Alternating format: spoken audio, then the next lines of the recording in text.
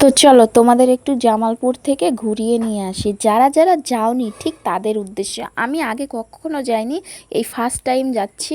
তো দিদির বাড়ির উপলক্ষে গেছিলাম, ওখান থেকে একটা বাস ভাড়া করে। মানসিক ছিল আমার দিদির, এই যে বড় মেয়ে, এর মানসিক ছিল। তো এর মানে উপলক্ষে আমরা সকলে নিমন্ত্রিত ছিলাম। আর এই যে ছিল আমাদের রাজামশাই, যেটার গলায় মালা দিলেই শুধু খেয়ে নিচ্ছিল, সেই কারণে মালাটা খোলা ছিল। তো যাই হোক, যেতে যেতে আমরা গঙ্গা নদী পার করে জামালপুর গেছিলাম। তো এখান থেকেই দেখা যাচ্ছে আমাদের মায়াপুর মঠের মন্দিরের মাথাটা, বুঝতে পারলে? তো আমি কিছুক্ষণ মতো একটুখানি ক্যামেরাবন্দি করতে পেরেছিলাম।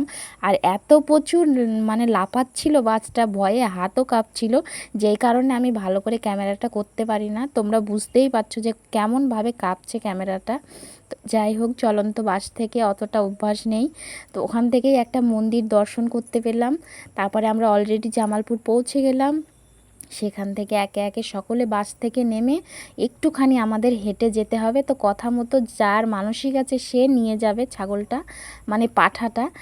তো যাই হোক, সে পারছে না, তো সকলে মিলে একটু হেল্প করা হলো। আর আমরা অলরেডি পৌঁছে গেছি। এটা ছিল জামালপুরের প্রথম গেট। তো এটা টপকে অনেক মেলা, মেলার মধ্যে তারপরে আমরা একটা জায়গায় জুতো রেখেছিলাম। সেখান থেকে পুজোর বাটা মাটা যারা পুজো দেবে আর কি, আর আমাদের তো এক বছর যেহেতু হবে না, তো সেই কারণে আমাদের আর দেয়া হয়ে ওঠেনি।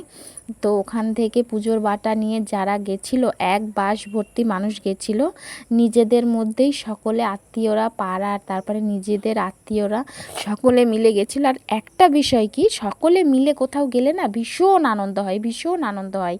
যারা ছিটে ছিল ঠিক আছে, আবার আদার্স আমরা দাঁড়িয়ে গেছি, বসে গেছি, কিন্তু ভীষণ মজা করেছি, এটাই অনেক বড় পাওয়া। আর এর মধ্যেখানায় যাদের মানসিক করা রয়েছে দণ্ডি কাটছে, এগুলো দেখতেও ভালো লাগে। আর এইটা হচ্ছে আমার বড়দির ছোটো মেয়ে, অলরেডি পুজোর ডালা হাতে নিয়ে দাঁড়িয়ে রয়েছে, সকলে মিলে যাবে। আর জামাইটা ড্রেস চেঞ্জ করছে, ওখানে গিয়ে অলরেডি নতুন কিছু পরে তারপর যাবে পুজোর মণ্ডপে। তো আমরা ওইখানে ঢুকবো অলরেডি, বাইরের থেকে একটু যেইটুকু দেখতে পাই। তো আমরা ওখানে গিয়ে এত ভিড়, এত ভিড়, বাবার কাছে পৌঁছাতেই পারিনি, ঠিক আছে? আর এত জাম না, আমি ফার্স্ট টাইম গেছি, ভীষণ নার্ভাস ফিল করছি। তারপরে বৃষ্টি হয়েছে, নিচটা পুরো স্লিপ করছে, মনে হচ্ছে কি না পা দিলেই পড়ে যাব, পড়ে যাব, এমন একটা অনুভূতি কাজ করছে। আর তোমরা তো দেখতেই পাচ্ছ, এইটার মধ্যে রয়েছে বাবা, যেখানে মানে সব কি বলবো, ভিড়ে ঠেলাঠেলি, মানে কি বলবো আমি নিজেই বুঝতে পারছি না। আর অনেকে চলে আসছে, অনেক মানসিক আছে কারোর। হ্যাঁ, ফার্স্ট টাইম দেখলাম কেউ একজন গরু নিয়ে এসে সেখানে পুজো টুজো করে শতপাক দিয়ে নিয়ে ওখানে ছেড়ে দিল। তারপরে একজনকে দেখলাম গোপাল নিয়ে আসলো, কেউ ভেড়া নিয়ে এসছে, কেউ পাঁঠা নিয়ে এসছে, মানে যার যেমন মানসিক ছিল সকলে নিয়ে আসছে। তো মন্দিরের পিছন দিকটা আমরা একবার ঘুরতে ঘুরতে গিয়ে দেখছি বাবার স্নানের জল পড়ছে, যাই হোক দুধগঙ্গার জল, আমরা সকলে মিলে সেটাকে গ্রহণ করলাম। আর তারপরে সাইডে ছিল এই মন্দির। তো আমরা এগুলোও একটু দর্শন করে নিলাম, যেহেতু ফার্স্ট টাইম গেছি তো একটু আনন্দ হবেই। তারপরে দিদিদের আবার বললাম, তোরা এটা কি পেয়েছিস? বললো না পাইনি, চল নিয়ে।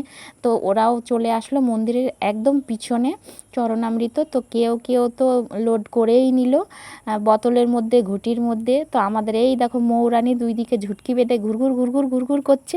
প্রথমে জানো তো দুই দিকে চুল বাঁধতে চাইতো না, তারপরে একজন সঙ্গী পেয়েছে, তো সে যখন বেঁধেছে তখন ওর মনটা একটু উড়ু উড়ু উড়ু উড়ু করছে, তখন নিজে থেকে এসে বলছে, ও মা আমাকে দুই দিকে চুল বেঁধে দাও না, দুষ্টু বেঁধেছে। তো যাই হোক, আমারও ভালো লাগলো।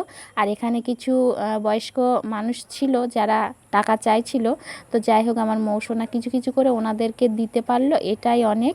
আর এর মধ্যেখানে একটা বড় ঘটনা হচ্ছে, যেটাতে আমি হাত পাবো না। তো খুব ইচ্ছে দেব, মানে আমি ঘন্টা বাজাবই, আমি হাত পাবো না তাই কি আছে, যখন ভিড়টা একটু কমবে আমি তখনই লাফ দিয়ে ওইটাকে বাজাবো। তো ইচ্ছে তো সকলেরই থাকে। তো বরমশাই ওইদিকে ফোন নিয়ে ফটো তোলায় ব্যস্ত, আমি আর ফাঁকা আর পাচ্ছি না যে কখন ফাঁকা হবে আর কখন লাফটা মারবো। এই দেখো পেয়ে গেছি, তো অলরেডি হয়েছে, এটাই অনেক খুশি। তো মোয়েরও একটু আফসোস থাকবে যে আমি পারলাম না, আমি পারলাম না। তো তাই জন্য ওকে একটু ডেকে নিলাম, নে তুই একবার না তিনবার করে বাজিয়ে নে, দিয়ে গিয়ে বাবাকে একটু স্মরণ করে চল রওনা দে। সকলে অলরেডি বাসের কাছে চলে গেছে। এমনিতেই সিট পাবো না, কেননা আসার সময় সিট একবার মানে আমরা পাইনি, দাঁড়িয়েছিলাম, আবার মাঝ রাস্তায় এসে কিছু জন উঠে আমাদেরকে বসিয়েছিল। তো এখনও সকলে গিয়ে বসে পড়েছে, আমরাও যাব অলরেডি। তো চলো যাওয়ার পর কি হয় সেটাও তোমাদের দেখাবো। এখানে আমরা এসে কিছু হালকা পাতলা টিফিন করেছি, যার ঠোঙাগুলো ওখানে পড়ে রয়েছে। আর তার মধ্যে এখানে বৃষ্টি চলে এসছে, যেই কারণে গাড়িটা ছাড়তে পারছে না, সামনে প্রচুর জ্যাম, সেটাই আমি বলছি। আর যাওয়ার সময় কেমন সাজগোজ ছিল আর এখন ফেরার সময় সাজগোজটা কেমন তোমাদের দেখালাম। আর জ্যাম দেখো সামনে পিছনে, তার মধ্যে প্রচুর ভিড়, গাড়িটা বেরোতেই পারছিল না। পাকা 2 ঘন্টা 2.5 ঘন্টা সেখানে দাঁড়িয়েছিলাম।